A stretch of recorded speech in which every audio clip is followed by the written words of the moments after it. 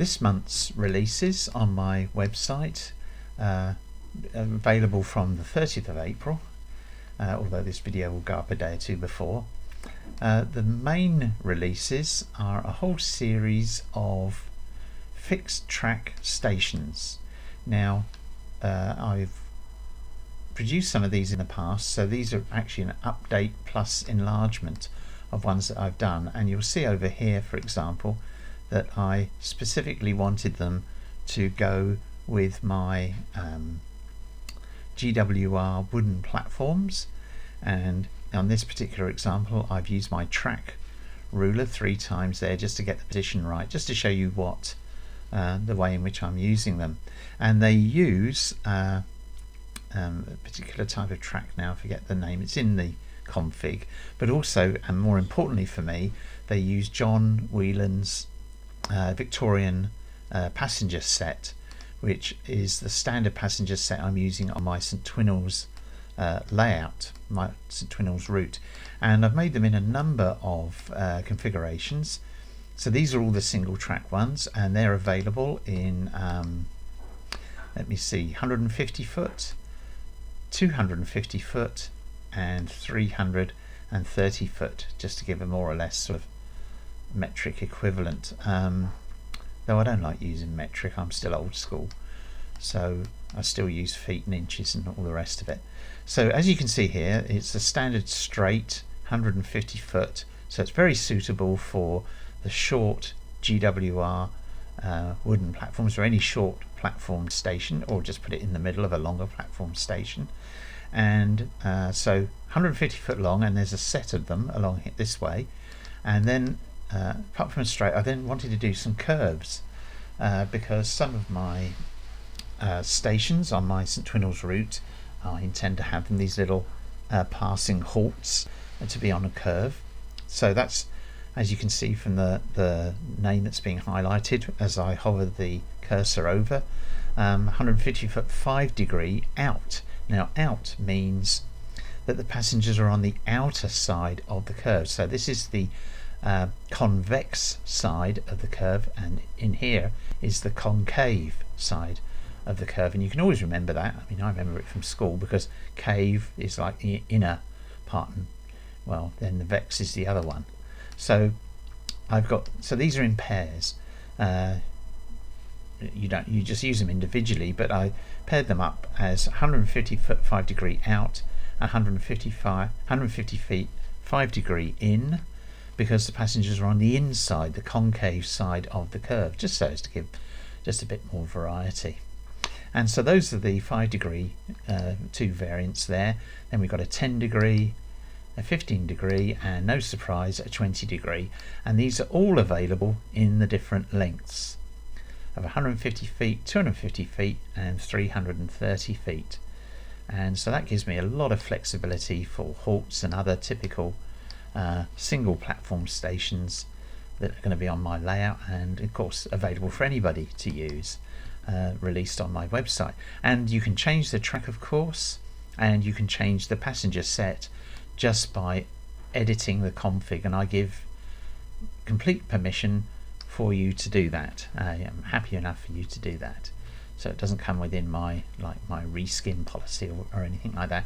And then if we go over here, now these are the double track stations, and these are set according to my track ruler, which is drawn from the exact standards adopted by Britain's railways, and then by the nationalised British railways, right the way through from about the 1840s onwards, giving the 4 foot 8 and then the 6 foot gap, and then 4 foot 8, and these are positioned so that they should line up with the platforms. I think they're not too close to the edge, but again we've got 150 feet, 250 feet and 330 feet, and then and because they're double, obviously they're on both sides, so we don't need a concave version and a convex version. We're simply having a 5 degree curve, 10 degree curve, 15 degree curve and a 20 degree curve. And I rather like curved stations, to be honest.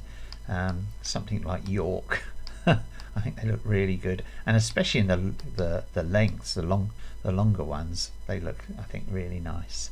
So those I've made specifically for my own use, but I thought, well, everybody can maybe find a use for them. So freeware, of course, as usual, just download them from my website, and the details are on the front page of the websites where to go to download them. So that's some of the things which these stations are one batch of things which I'm releasing here at the end of April. And then there are some other items here. Now what we've got at the back here is the first of a terrace. This is a Georgian style, but probably Victorian built terraced houses, and so this is just the first version. I want to do ones with a more bay type windows and different layouts, different renders. This is very much a sandstone render. It's very bright in the good old N3V Australian outback sun. So once you've adjusted the environment, they should look a lot better. So that's not released at the end of April. That's just the first look at what I'll be releasing later in the year. But what I am releasing this time are these items along here, which are all, I mean, you know, you can call them street furniture or street items or roadway items.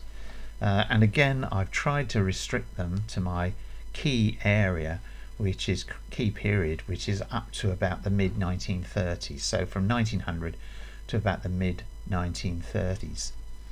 And so they're pretty straightforward. They're just scenery items. And so we have a Victorian pillar box, and we have a let's just rotate that, because there we are, it's just the way that light is falling on it. There we are. Yeah, had me worried there for a minute. So, and that's got that sort of leaf pattern on the top, and so those were being put up right the way through to into the reign of Edward the Seventh, and then we have the Edwardian one, which does replace it. And I haven't done any more than that, because the later letterboxes, I'm just looking at that and I can see that the top, there's an issue there with the top, so I'll have to, oh yes, it's got sort of turned inside out, so that needs a bit of X-reffing, and then I'll reload it. So the release item will be correct. Then we've got an R in the 20s and 30s. These two, the Royal Automobile Club and the Automobile Association, both came into, I think they were in existence before that, turn of the century, even late 19th century. But these began to appear around Britain, and they are sentry boxes, they were known as. They were where the RAC and AA patrolmen could use the phone many moons before mobile phones, of course, and also where members could actually I think access I think you actually got a key for the little locks if you were a member. Anyway, there we are. So, and that one you can actually name if you want to. So let's call it something Mudbury, why not? There we are, and that will appear there. But the AA box didn't really lend itself to renaming, so I've just called it Lark Rise, and the number doesn't relate to anywhere in particular, neither does that number relate. So they're just sort of generic, but pop them along your country roads at junctions or whatever, and so they give a 20s 30s look to your scene, just post World War One. But they also lasted well into the 50s and 60s, until they were gradually replaced by, I think it was the radio in the AA and RAC repairmen's vans. And then we have the police phone box, which was introduced just after the First World War, I think maybe even a little bit before. And of course you'll recognise it because Doctor Who uses it all the time. That's the Tardis, which has been locked into that shape for whatever reason, and so that can be anywhere in Britain. That was used initially mostly in London, but then in the other big cities and even in some of the larger towns you would have that, and that again was accessible to the public. Now if I just rotate that round, you'll see that you could break there in an emergency. That will give you the key to get into the box to phone the police. And here similarly, this is for St John's Ambulance first aid kit, and you broke the little panel there and that got you in. You could lift the first aid kit and you meant to phone the police as well that you'd used it. Okay, so the next item which I'm releasing is this weird and wonderful structure. This is a cabmen's bothy. Now originally they were built for from the mid 19th century onwards for hackney carriage drivers in London, but they did also, some did appear in other cities across Britain. Anyway, I think it's rather nice, so I thought I'd include it, and it just happened that I had found a wonderful page on the web which gave me details of all these, so I thought yes, let's do the lot.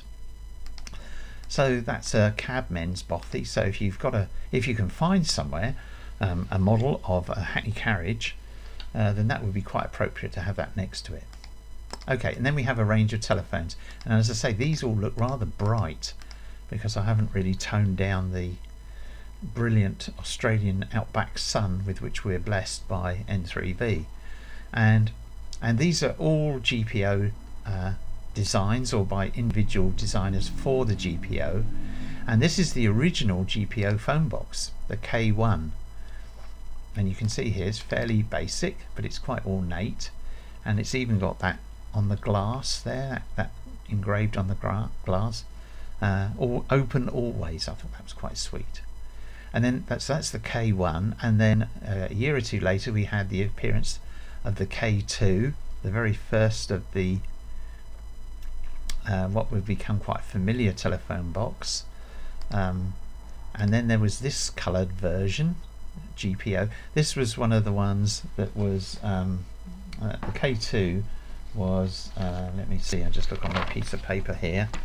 K2, yes, that was Giles Gilbert Scott's first design of 1924, and then this was his design of 1928, and you can see the post office was still playing around with liveries, hadn't got it quite sorted yet, so you'd see these different types of telephone boxes in different places, but they would be in virtually every town, even a village. I remember now it wasn't a K2, but it was, I'll show you, it's the K6. I remember going from Manorbier station in Pembrokeshire, walking down to the beach in the castle and using the phone box on the way that was still there. That would have been in about 1973, 4, something like that. Okay, then we have the K4. Now the K4 is really quite a rare phone box, and let me just actually rotate it for you. So it's, first of all, you can see it's wider, and that's stretched, and if we rotate this round, the reason will become obvious, because first of all it says telephone above the door, but on the sides it says post office, because the telephone system was operated by the GPO. But there's a reason for this, because at the back there were 2 stamp machines, and this you can see is during the reign of George V, GR, 2 stamp machines and a letterbox, and also a collection time there, so you could both buy penny or tuppeny stamps and post your letter, and that would be emptied by the postman. So it's when it was all one company and been sold off. So that's the G4. There's still a couple of examples, but they are extremely rare. Then the G5, again, this was GPO design from 1930, the G4. This was 1934, a GPO internal design, still playing around with the livery. And I mean, I've carefully taken those colours from photographs of originals that are still preserved. So that's why, I mean, they look bright, but they were bright. And then this is the K6 of 1936. This is the classic telephone box design, again by Giles Gilbert Scott for the GPO. And this is the one that most of us of an age would remember. This is the type that I certainly used on that when I was walking down from the station at Manorbier on the Tenby to Pembroke line, walking down to Manorbier Beach, and I wanted to make a phone call on the way, and this is what was there. So that's the standard classic, really lasting until those dreadful metal and glass boxes with the that began to appear in the late 60s, early 70s, when they started pulling these poor old boxes apart and replacing them with those metal boxes, all of which of course had their panels never came down to the floor, down to the ground, so that it was easy to wash out the urine that used to accumulate in the boxes. Not that it didn't accumulate in these as well, but let's draw a veil over that. So those are the items which I'm releasing this month. It'll be available when I update my website on 30th of April, which is just a couple of days away now. So I hope you'll find a place for them on your route. I hope you find them of interest. As I say, freeware. And don't forget the stations. Here we are, all those stations. So they're available for anything that you might like to experiment with. And I think on this, yes, on this same sort of board, this is what's coming. So preview for maybe the end of May. I'm not sure if it'll be ready by then, but this is a seaside promenade which I'm making, which is it will be all fixed track items. It will click together. You can see the red line there, that's my own invisible track, but because this is in Surveyor it's showing, and that is a really important indicator that you need for using this.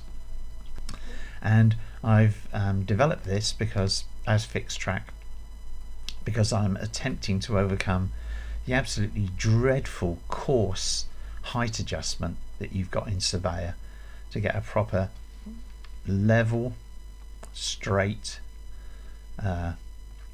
promenade. And so there's various bits that you can use. You can use multiple iterations of them, multiple copies rather. So these are just a couple of those are the two types of seat I've done so far. I might make some more. A couple of shelters, which I rather like, and steps down to the beach. This would be the beach down here, or ramps over here.